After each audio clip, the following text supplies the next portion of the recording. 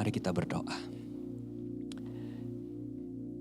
Ya Tuhan, ketika kami menaikkan pujian ini, sungguh kami sangat menyadari bahwa apa yang Engkau rancangkan di dalam kehidupan kami itu tak pernah satu pun yang gagal.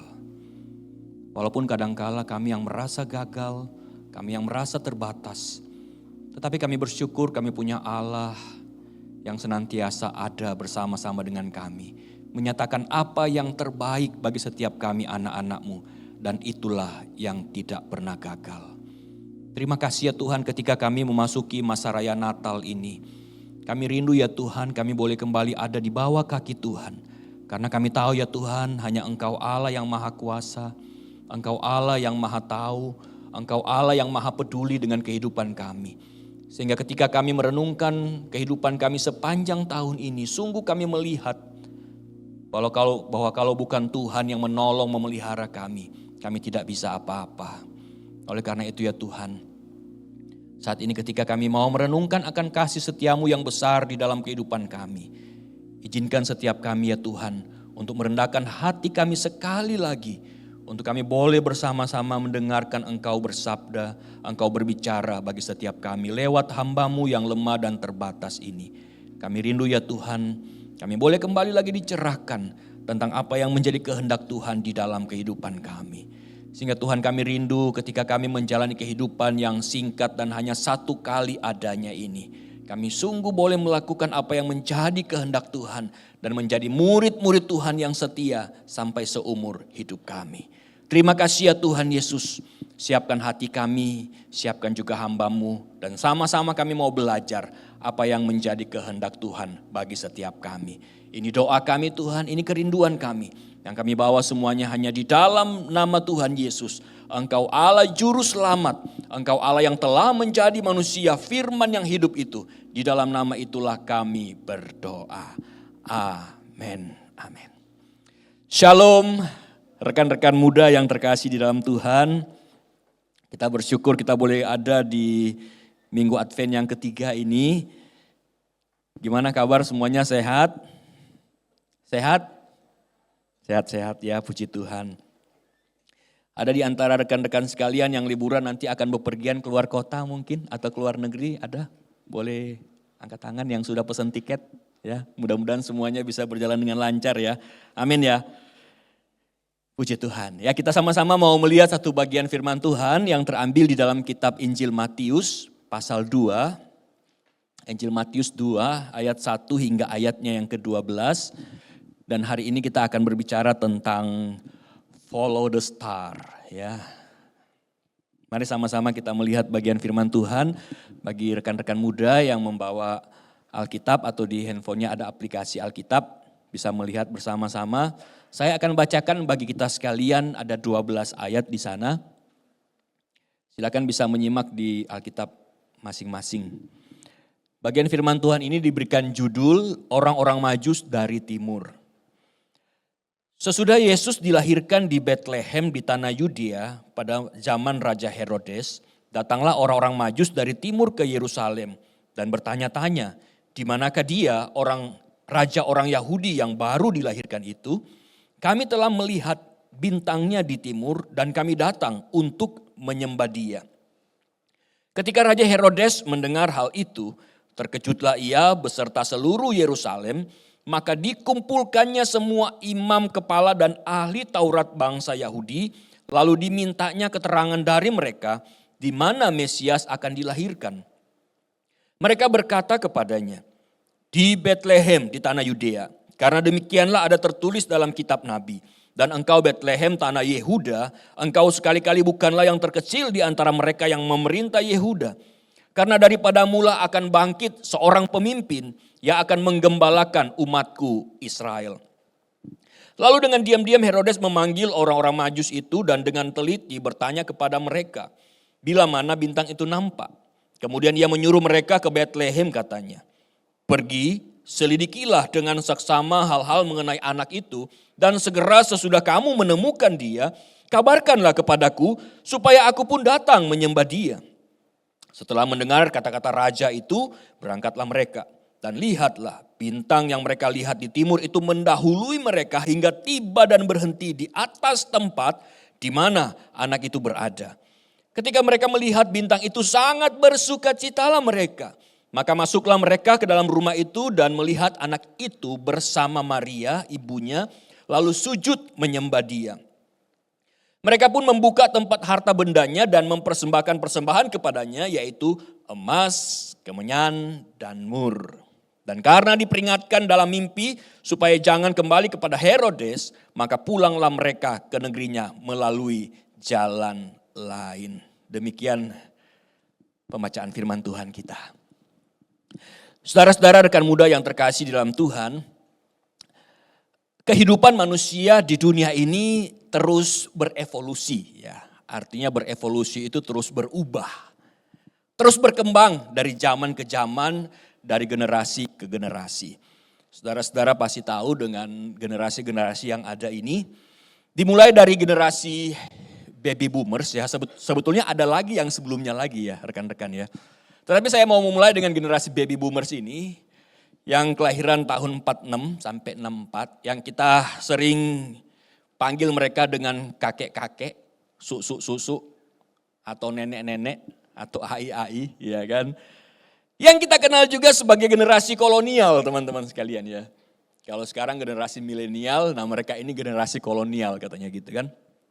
Tetapi jangan salah saudara-saudara, baby boomers ini atau generasi baby boomers ini mereka dikenal sebagai generasi yang semangat, yang pekerja keras luar biasa.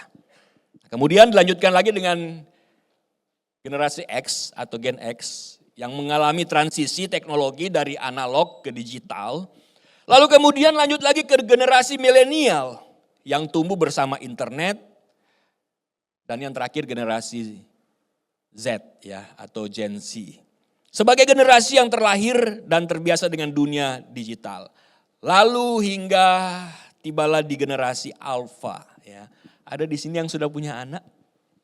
Ada? Ada yang sudah menikah dan punya anak? Belum ya, iyalah pemuda semua kan ya. Masa sudah punya anak kan gitu ya. Nanti kalau anak-anak lahir itu mereka disebut sebagai generasi Alpha ya. Saudara-saudara sekalian, generasi Alpha ini yang lahir di era smartphone dan juga AI. Nah itulah perubahan dunia dari generasi ke generasi. Saya ingat sekali teman-teman sekalian, anak saya yang usia waktu itu 5 tahun. Dia ngajarin emaknya atau neneknya itu cara pakai handphone ya, smartphone. Yang pertama yang diajari adalah apa teman-teman? Cara buka handphone itu kayak gimana sih gitu kan. Lalu putri saya bilang begini, emak itu harus usap ke atas supaya bisa buka smartphone atau handphonenya. Lalu kata emak atau kata mama saya, oh emangnya nggak bisa ya diketok gitu kayak pintu gitu kan. Nah saudara-saudara sekalian lalu kemudian anak saya bilang, mak ini smartphone mak bukan pintu rumah begitu kan. Nah saudara itulah perkembangan generasi ya. Di mana setiap generasi itu membawa karakteristik yang dibentuk oleh lingkungan sosial, ekonomi, bahkan juga teknologi yang kemudian apa? Membentuk pengalaman dan perspektif yang terus berkembang. Saudara mulai dari generasi mungkin saya percaya dari X juga sampai generasi Z atau Gen Z sekarang itu sudah banyak yang gak betah ketika beribadah, betul tidak? Nah ketika waktu pas bilang wah mau firman Tuhan hari ini, mau khotbah ya paling cuma 5 menit lihat pembicaranya. Lihat ayatnya di mana, udah mulai buka handphone gitu kan. Nah itulah generasi sekarang. Nah saudara-saudara sekalian, menariknya menurut observasi yang ada, perhatikan baik-baik hal ini ya. Di tengah perubahan generasi ini, kita melihat kecenderungan yang kuat itu terdapat pada generasi X, Y, dan Z. X, Y, Z ini. Kenapa saudaraku sekalian, di mana generasi yang dikenal milenial ini, mereka ketika menjalani kehidupan, mereka lebih bisa untuk mencari informasi secara mandiri. Betul tidak? Lalu kemudian apa lagi? Yang paling utama, walaupun tidak bisa digeneralisir, tetapi pada umumnya mereka juga generasi X, Y, dan Z ini menentang yang namanya otoritas tradisional. Seperti contoh ada Gen Z yang bersikeras, dia nggak mau dengar orang tuanya yang menyarankan untuk dia itu belajar dari buku. ya dari buku. Dia ngomong gini sama papanya, Papa itu sudah ketinggalan zaman. Google itu adalah guru terbaikku. Waduh, saudara-saudara sekalian, namun apa yang terjadi ketika ngomong begitu? Waktu pas listrik padam, Jensi mulai bingung. Ya, internet mati. Gimana nih caranya kan begitu teman-teman ya. Nah saudara-saudara sekalian, inilah perubahan zaman yang ada. Nah di tengah-tengah perubahan zaman dan generasi ini, yang saya mau katakan adalah apa? Kita itu perlu mencari dan menemukan yang namanya kebebasan. Betul, berpendapat, kebebasan menyampaikan keinginan kita. Tetapi kita harus menemukan yang namanya keseimbangan itu. Bukan hanya kebebasan saja, tetapi bagaimana juga kita menemukan yang namanya ketaatan pada tuntunan ilahi. Sekali lagi saudara-saudara sekalian, kita boleh bebas menyatakan apa aja di dalam generasi ini. Tetapi tidak boleh bablas. Bebas boleh, tapi tidak boleh bablas. Artinya apa saudara-saudara? Yang namanya kebebasan itu harus seimbang juga dengan yang namanya ketaatan. Kebebasan itu harus seimbang dengan yang namanya apa? Ketaatan. Ketaatan terhadap apa? Itulah ketaatan terhadap kehendak Allah. Nah hari ini kita mau belajar teman-teman sekalian, lewat firman Tuhan hari ini bahwa kita itu harus taat dalam mengikuti tuntunan yang Tuhan arahkan di dalam kehidupan kita. Itulah yang kita mau belajar hari ini saudara-saudara. Di tengah perubahan generasi yang ada, di tengah-tengah perkembangan teknologi yang ada, kita harus taat dalam mengikuti tuntunan yang Tuhan arahkan dalam kehidupan kita. As simple as that teman-teman sekalian ya. Tapi ini harus betul-betul menjadi satu pegangan di dalam kehidupan kita. Harus betul-betul kita renungkan bahwa apa saudaraku sekalian, inilah zaman kita. Kalau kita tidak taat mengikuti tuntunan yang Tuhan arahkan, maka saudara saya mau katakan bahwa betapa rapuhnya kita untuk kita bisa ikut arus dunia ini. Paling tidak hari ini kita akan belajar dua hal penting yang bisa kita terapkan dalam kita mau mengikuti tuntunan Tuhan di dalam kehidupan sehari-hari kita. Nah kita akan lihat yang pertama. Kita harus melatih kepekaan. Seperti hari ini kita belajar dari cara Majus melihat. Melatih apa? Kepekaan. Boleh sama-sama katakan kepekaan? Boleh sama-sama katakan 2, 3 apa? Melatih kepekaan.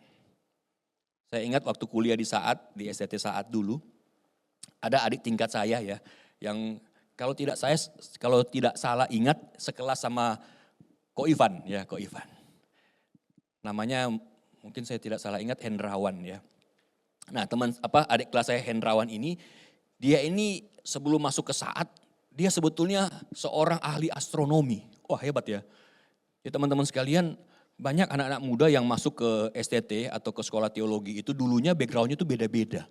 Ada yang IT, ya, ada yang ekonomi, ada yang bisnis, ada yang sudah banyak usaha yang dijalani. Terpanggil jadi hamba Tuhan. Nah salah satu yang adik tingkat saya ini, dia seorang ahli astronomi. Nah teman-teman waktu saya ngobrol-ngobrol sama dia ngomong gini. Kalau katanya ya meneliti bintang, galaksi atau apapun itu yang ada di luar angkasa sana ya. Itu tidak hanya asal melihat kata dia. Tidak hanya asal melihat, tapi harus memahami setiap detil dan pola yang muncul di antariksa itu. Jadi dia bilang harus lihat secara detil. Nah karena dia memang ahli astronomi teman-teman. Ya. Bahkan ada handphone sekarang yang canggih-canggih ya, nggak tahu yang merek apa ya, Huawei apa Vivo gitu kan ya. Katanya tuh bisa sampai zoom melihat bulan, sampai detil melihat bulan. Betul ada enggak ya? Teman-teman sekalian luar biasa ya. Kita bisa melihat dengan detil bukan hanya asal melihat, tetapi harus memahami dengan detil setiap pola yang ada itu.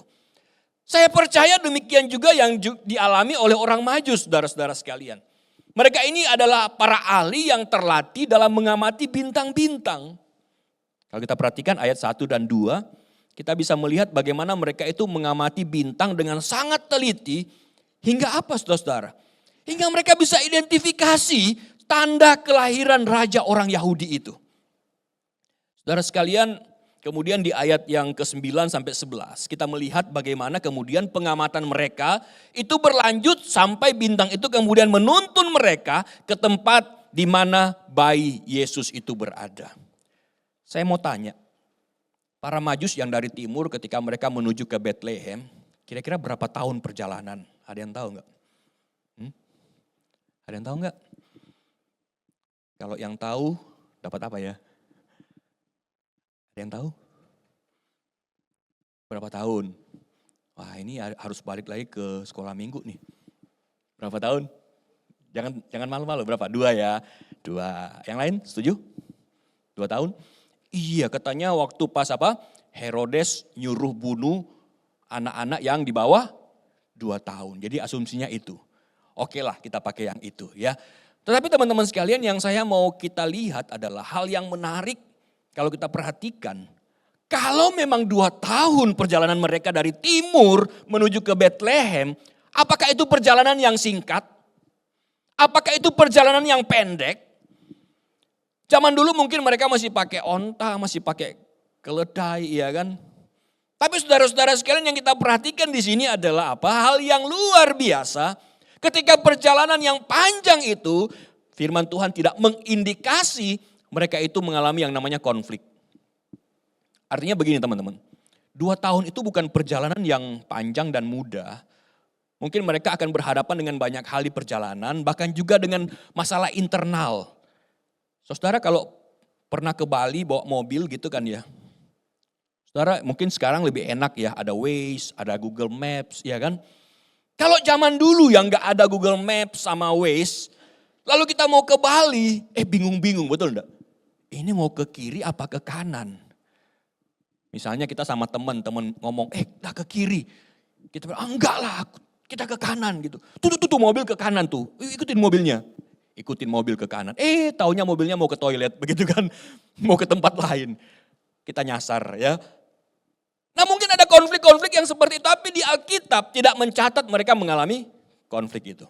Ini hal yang luar biasa. Bahkan teman-teman sekalian, kalau saya boleh tanya lagi ya. Tadi kan berapa lama perjalanan. Sekarang saya mau tanya, orang Majus itu kira-kira ada berapa banyak sih orang Majus itu?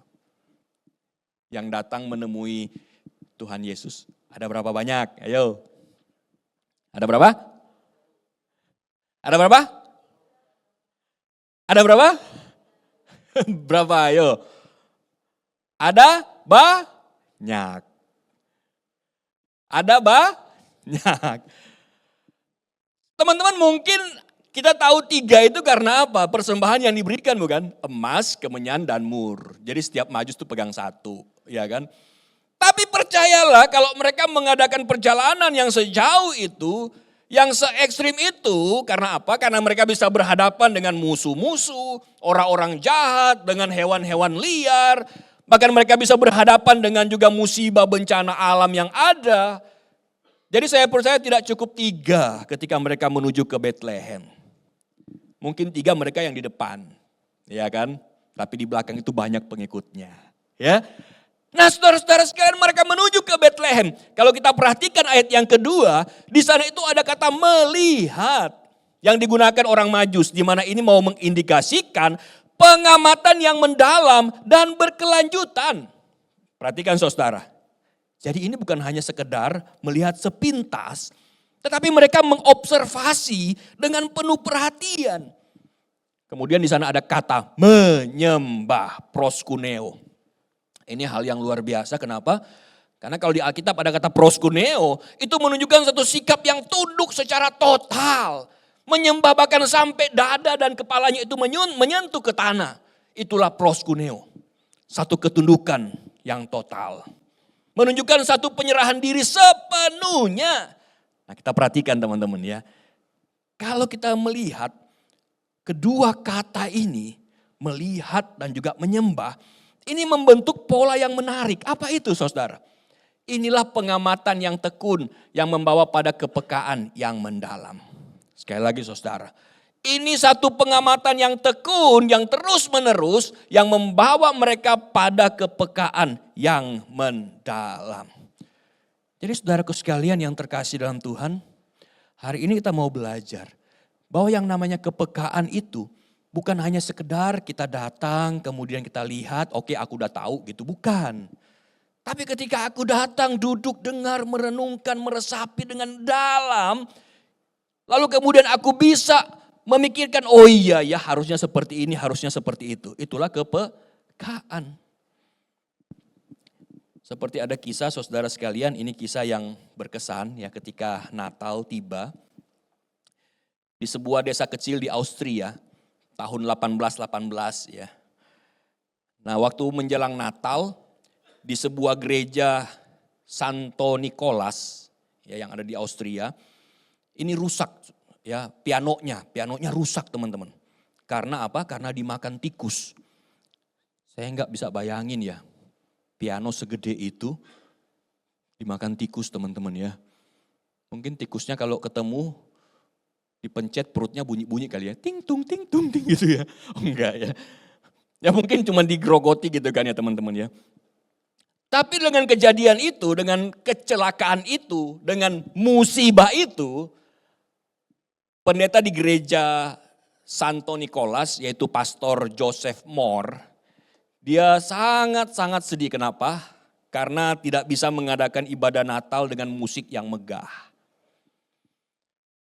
Tetapi saudaraku sekalian, selesai acara Natal itu, kemudian si pendeta ini dia duduk di sebuah ruangan yang sepi, yang hening, dan dia sendirian di sana.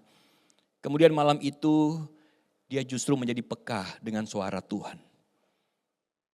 Dia peka dengan suara Tuhan yang mau berkata kepadanya, enggak apa-apa. Yang namanya perayaan Natal itu bukan perayaannya, tetapi Kristusnya yang hadir di dalam perayaan itu. Saudara-saudara sekalian, sambil kemudian dia duduk, dia lihat ke arah luar, dia memandang salju yang turun dari jendela gerejanya. Tiba-tiba saudara-saudara, dia terinspirasi membuat atau menulis sebuah puisi. Keesokan harinya ketika dia selesai bikin puisi itu, dia kemudian minta seorang yang bernama Franz Gruber, ya ini dia ya, yang adalah seorang guru sekolah yang juga bisa memainkan gitar. Kemudian dia minta si Franz ini untuk mengaransemen puisinya.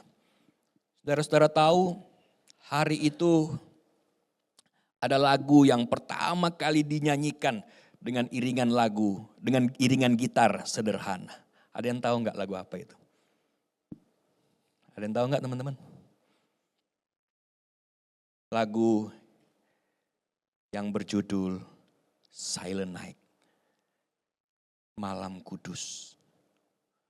Saudara-saudara sekalian, pertama kalinya lagu Silent Night itu dinyanyikan dengan iringan gitar sederhana. Siapa yang menyangka justru dari kecelakaan, dari musibah yang ada itu, lahir salah satu Natal yang paling indah yang kita nyanyikan hingga hari ini. Kepekaan dalam keheningan malam itu membuat pendeta Joseph Moore, dia menuliskan sebuah pujian yang sangat indah yang dinyanyikan sampai hari ini ketika orang-orang merayakan Natal. Teman-teman yang terkasih dalam Tuhan, untuk kita mau membangun kepekaan terhadap tuntunan Tuhan, itu bukanlah terjadi secara instan teman-teman. Oh Tuhan, aku mau peka dengan suara Tuhan. Aku mau langsung kenal, aku mau langsung mendengar suara Tuhan. Tidak teman-teman. Tapi ini adalah sebuah proses yang dimulai dengan komitmen untuk kita meluangkan waktu khusus setiap hari. Di dalam apa? Di dalam kita bersekutu dengan Tuhan lewat doa dan pembacaan firman Tuhan. Hari ini saudara-saudara, saya mau bertanya kepada kita sekalian. Sepanjang tahun ini kita sudah mau menutup tahun 2024. Bagaimana relasi kita dengan Tuhan? Bagaimana relasi kita dengan firman dan doa terhadap Tuhan?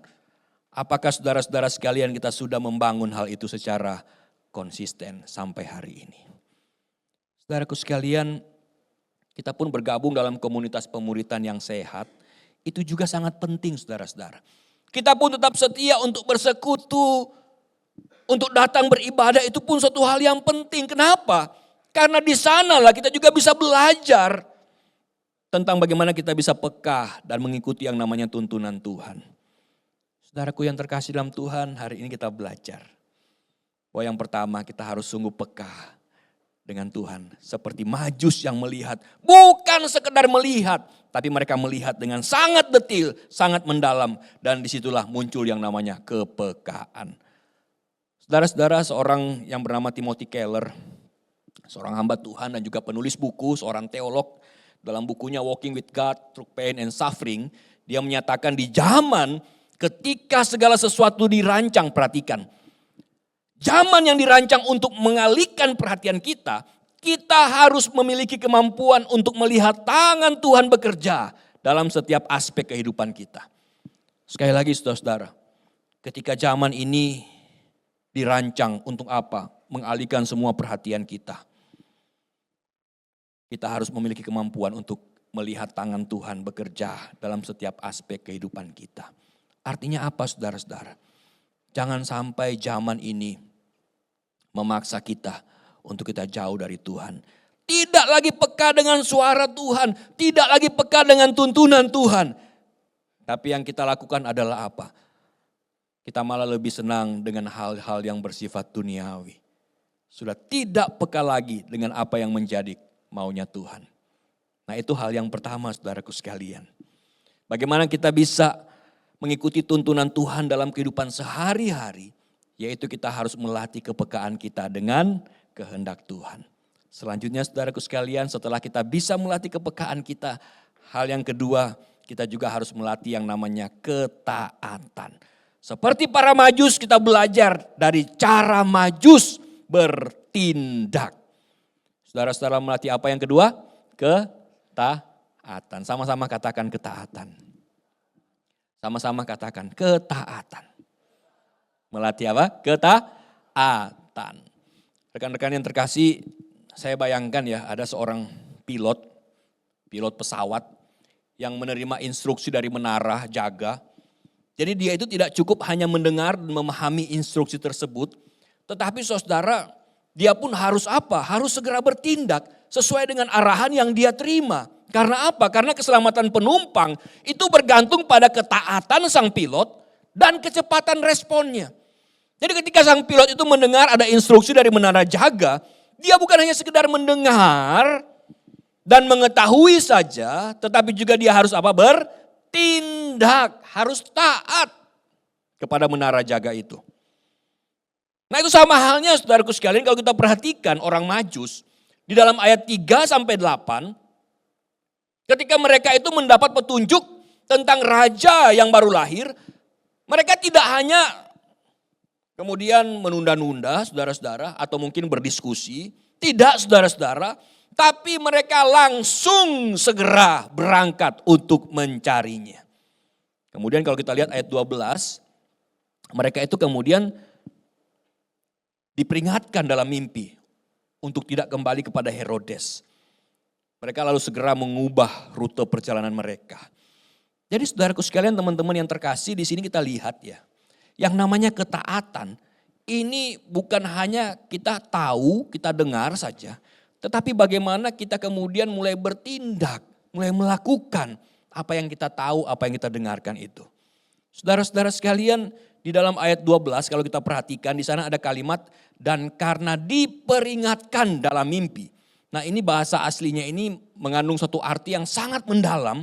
Karena apa saudara-saudara? Ini menunjukkan satu respon yang segera, respon yang langsung terhadap petunjuk ilahi. Nah menariknya kalau kita perhatikan kata yang sama ini digunakan juga ketika mereka mau berangkat saudara-saudara. Jadi di sini menunjukkan bahwa penglihatan spiritual mereka itu segera diikuti dengan tindakan yang nyata. Nah ini kalau saya mengulang pola yang pertama, ada pola yang penting. Di sini juga ada mengandung pola yang penting yaitu apa saudara? Melihat, mengerti, kemudian apa? Bertindak. Sekali lagi, melihat, mengerti, lalu apa? Bertindak. Teman-teman yang terkasih dalam Tuhan, kalau saya melihat sampai bagian ini, saya kemudian teringat dengan panggilan saya ya, sebagai hamba Tuhan. Saudara-saudara, saya tidak pernah lupa di tahun 99, tanggal 12, bulan 12.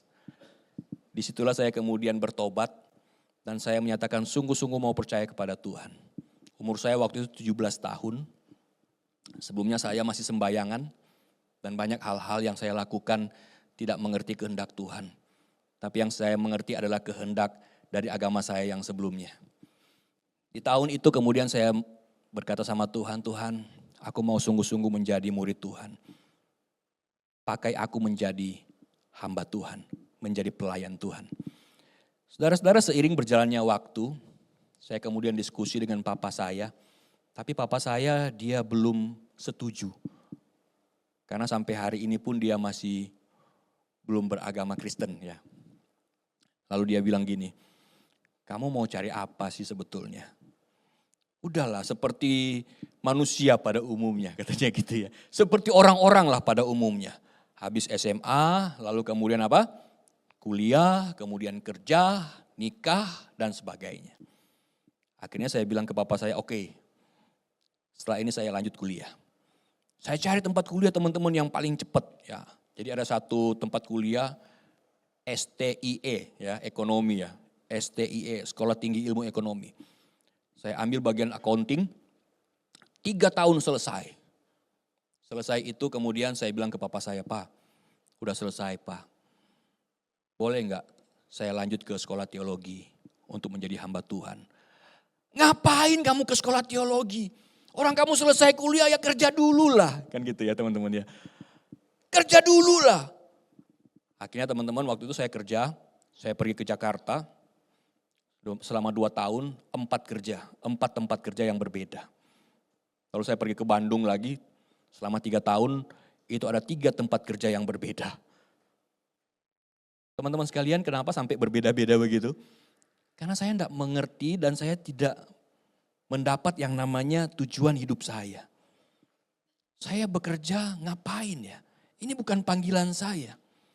Teman-teman sekalian akhirnya saya mendapatkan satu pekerjaan yang cukup baik.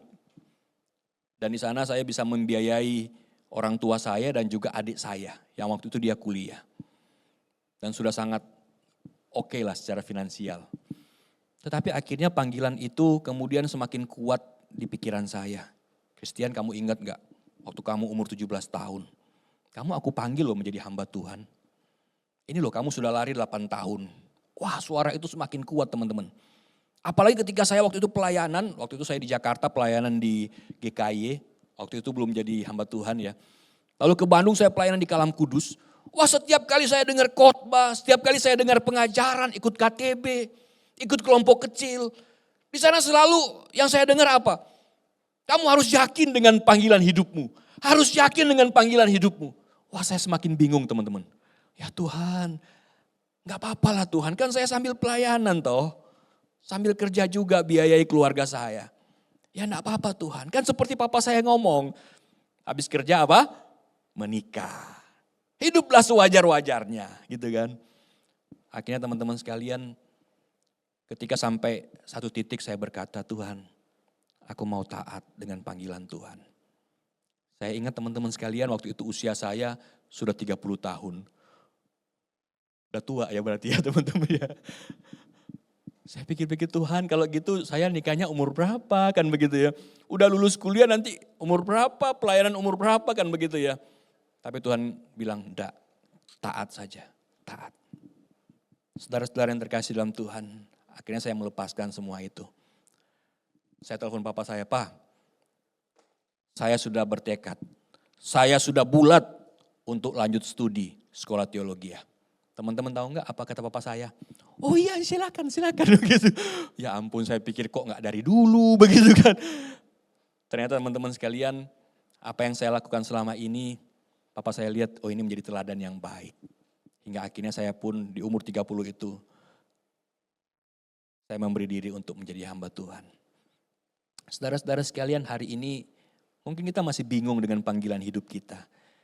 Tetapi kalau kita peka dengan suara Tuhan, kita dengar firman Tuhan berkata, Roh Kudus berbisik di dalam hati dan pikiran kita. Kamu punya panggilan khusus. Kamu punya panggilan seperti ini. Kamu punya panggilan seperti itu. Yang kita harus lakukan tidak lain adalah apa? Taat kepada panggilan Tuhan. Saudara-saudara yang terkasih dalam kehidupan kita sehari-hari, Tuhan sering memberi tuntunan. Melalui berbagai macam cara. Firman Tuhan yang kita dengar, firman Tuhan yang kita baca. nasihat dari pembimbing rohani, atau bahkan dorongan Roh Kudus di dalam hati kita. Saudara-saudara, tantangannya itu kita hanya harus mengenali tuntunan Tuhan ini dan juga bertindak tepat pada waktunya. Saudara-saudara, jangan lagi kita lari dengan apa yang menjadi tuntunan Tuhan di dalam kehidupan kita. Saya ingat saudara-saudara sekalian waktu saya pelayanan di Manado ya. Saya sempat pelayanan 5 tahun di Komisi Pemuda juga.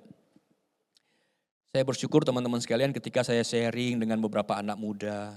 Mereka yang bingung juga dengan masa depannya. Walaupun mungkin mereka sudah kuliah, sudah ada usaha, sudah ada bisnis yang baik. Tapi mereka berkata, Tuhan, aku masih merasa kosong. Lalu kemudian mereka datang ke saya, kita sharing satu dengan yang lain. Dan bersyukur teman-teman sekalian selama 5 tahun itu ya saudara ya. Mungkin ada sekitar 15 pemuda yang mereka memberi diri menjadi hamba Tuhan. Selama 5 tahun itu teman-teman. Karena apa? Karena mereka melihat sungguh bahwa inilah panggilan Tuhan di dalam kehidupan mereka. Saudaraku sekalian, seorang yang bernama John Piper. Dalam bukunya dia berkata, era di mana informasi begitu mudah didapat. Tantangan bagi generasi muda bukanlah mendapatkan pengetahuan, melainkan bertindak berdasarkan pengetahuan itu dengan iman dan ketaatan. Saudara-saudara yang terkasih dalam Tuhan, ketaatan inilah yang sangat-sangat penting. Ketika Tuhan memberi tuntunan kepada kita untuk berdamai dengan musuh-musuh kita, segeralah lakukan. Ketika Tuhan memberikan dorongan kita untuk melayani di rumah Tuhan, segeralah lakukan, jangan ditunda saudara-saudara. Ingat, ketaatan yang ditunda itu seringkali sama dengan ketidaktaatan. Ketaatan yang ditunda seringkali sama dengan ketidaktaatan.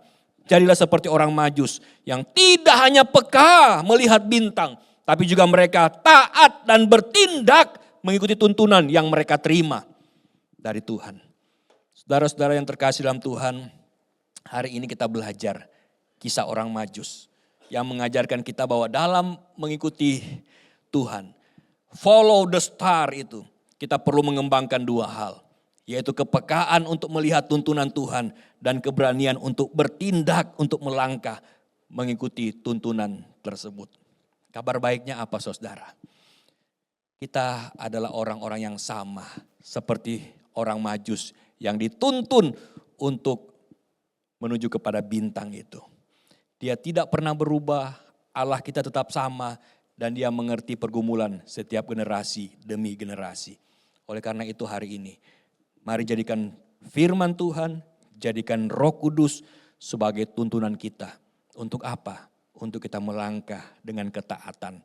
Maka kita akan menemukan Kristus dalam setiap aspek kehidupan kita. Sama seperti Majus yang tidak berkonflik sepanjang perjalanan mereka menuju kepada Bethlehem. Tetapi yang mereka tahu, mereka akan menuju kepada Kristus. Kepada panggilan yang sejati itu untuk mereka. Mari tundukkan kepala kita berdoa.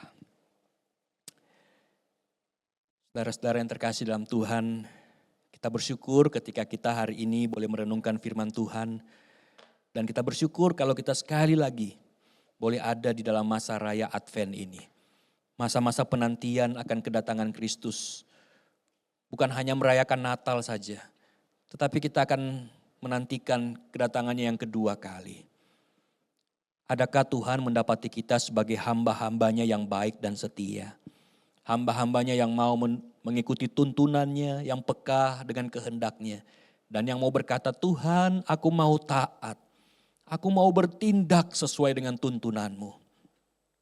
Hari ini saudaraku, rekan-rekan muda yang terkasih. Biarlah setiap kita mau menyadari sungguh apa yang menjadi panggilan hidup kita di dunia ini. Mungkin ada hal-hal yang saat ini kita sedang gumulkan. Mari kita gumulkan bersama dengan Tuhan. Dan biarlah Tuhan yang akan memberikan tuntunan itu yang jelas, sejelas-jelasnya untuk kita. Dan bagian kita hanyalah taat kepada tuntunannya.